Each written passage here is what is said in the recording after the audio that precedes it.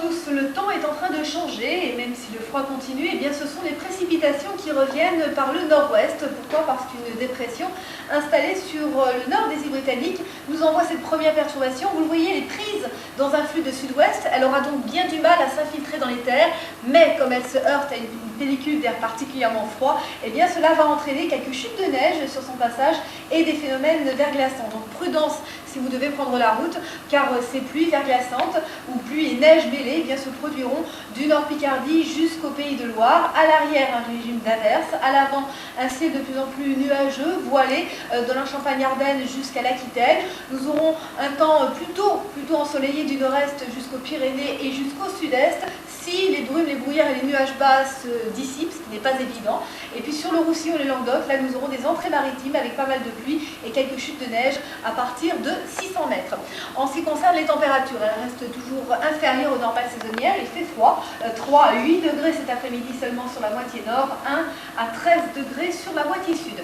Voici l'évolution pour demain avec toujours cette même perturbation que l'on retrouve du nord-ouest jusqu'à l'Aquitaine. Là encore, les pluies pourraient se transformer en chute de neige ou pluie et neige mêlée. Quelques phénomènes verglaçants au passage. Partout ailleurs, du soleil ici, les brouillards et les nuages bas se dissipent et un temps beaucoup plus instable et tumultueux en Méditerranée avec, vous le voyez, des pluies à caractère orageux et quelques chutes de neige sur le relief. Température au lever du jour comprise entre -1 et 7 degrés dans l'après-midi. Le mercure affichera 3 à 7 degrés au nord et 6 à 13 degrés au sud. C'est le froid qui continue. Tout de suite, c'est Rachid Arabe pour le journal. À tout à l'heure.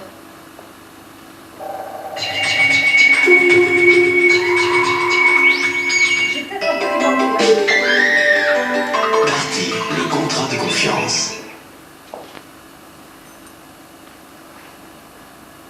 2-13. On va regarder, hein. À 2-13, ça va. On a 3 secondes, quoi. Oui. Tu prends sur toi? Ça va, toi. Ouais. Bonjour à tous. Si le froid continue sur sa lancée, eh bien ce sont les précipitations qui reviennent par le nord-ouest. Et comme la pluie arrive sur une pellicule d'air très froid, eh bien cela donne des phénomènes verglaçants, pluie et neige mêlée ou bien neige tout simplement sur le passage donc, de cette perturbation. À l'arrière, un temps instable, timides éclaircies qui vont revenir. Et puis à l'avant, un ciel de plus en plus voilé, de plus en plus nuageux de la Champagne-Ardenne jusqu'à l'Aquitaine. Ailleurs, le temps sera plus calme, plus ensoleillé si les brumes, les brouillards et les nuages bas se dissipent, ce qui n'est pas évident. Sur le Roussillon et le Languedoc, nous aurons des entrées maritimes et de la pluie, et puis de la neige aussi à partir de 600 mètres. En ce qui concerne les températures, elles seront toujours fraîches pour la saison, comprises entre 3 et 8 degrés sur la moitié nord, 1 à 13 degrés sur la moitié sud. Voici l'évolution pour demain avec toujours cette même perturbation qui a du mal à s'infiltrer dans les terres car elle est prise dans un flux de sud-ouest.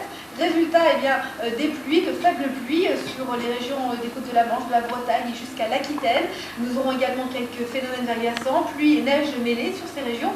Partout ailleurs, un temps toujours très calme. Après dissipation des brumes, des brouillards et des nuages bas, notamment présents dans les vallées. Et...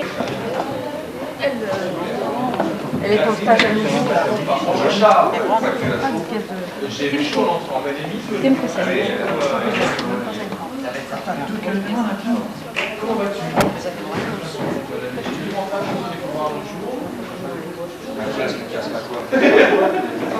Ça va bien? Il est en stage, parce qu'il est à partir du centre de vie à lire non, cet après-midi, je suis en dispo, je suis pas là. Lundi. J'ai trop chaud. Ok. 15 ans, mais elle est en troisième. C'est des pré-stages de préparation pour l'année prochaine pour faire en alternance. Comme on ne peut pas continuer les études, c'est un troisième un peu spécial. Ils vont faire des stages en entreprise. Ah si, c'est la même. Il vient de marcher là. Non? Il me paraît bien. Ouais. Ben, t'as la 6. Théo, hein? C'est pas plus haut que d'habitude. Il me paraît bien grand. Je trouve qu'il a grandi depuis. Silence dans la salle.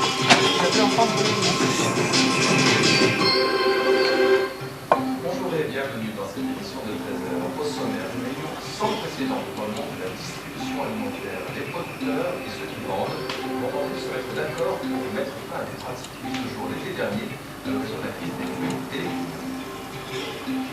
C'est un pont aérien d'une ampleur jamais atteinte qui est organisé en ce moment pour transporter tous les participants de la course Paris. Dakar-Caire, des avions géants, embarquent camions, voitures, motos et pilotes en espérant faire repartir la course en début de la semaine prochaine de Libye. Enfin, invité de ce journal, Kerman, son nouveau spectacle va être manqué. Kerman nous expliquera pourquoi. Cette année, les soldes d'hiver ne commenceront que le 15 janvier. Cette date a été fixée par le gouvernement pour essayer d'éviter les abus. Mais malgré tout, on constate que des commerçants impatients n'hésitent pas à jouer avec les étiquettes au mépris parfois de leurs clients. On appelle les FSD avec Voilà un magasin qui est en infraction, car ici on a une publicité, une réduction, et puis on a le terme de déstockage qui laisse supposer qu'il y a un écoulement accéléré du stock. Donc ce magasin-là risque d'être verbalisé par nos agents et il risque une amende de 100 000 €. Déstockage, comme fin de série et liquidation, sont des termes synonymes de solde. Il est donc interdit de les utiliser avant sa mise. Par contre, la dénomination promotion est tolérée, les commerçants ne s'en privent pas. Dans cette boutique, on consent des rabais importants depuis la semaine dernière. Alors qu'est-ce qui va changer samedi? Ça sera les mêmes produits, les mêmes promotions, sauf que la dénomination change. Le mot solde en fait. C'est tout. Il n'y a aucune différence entre grosso modo les soldes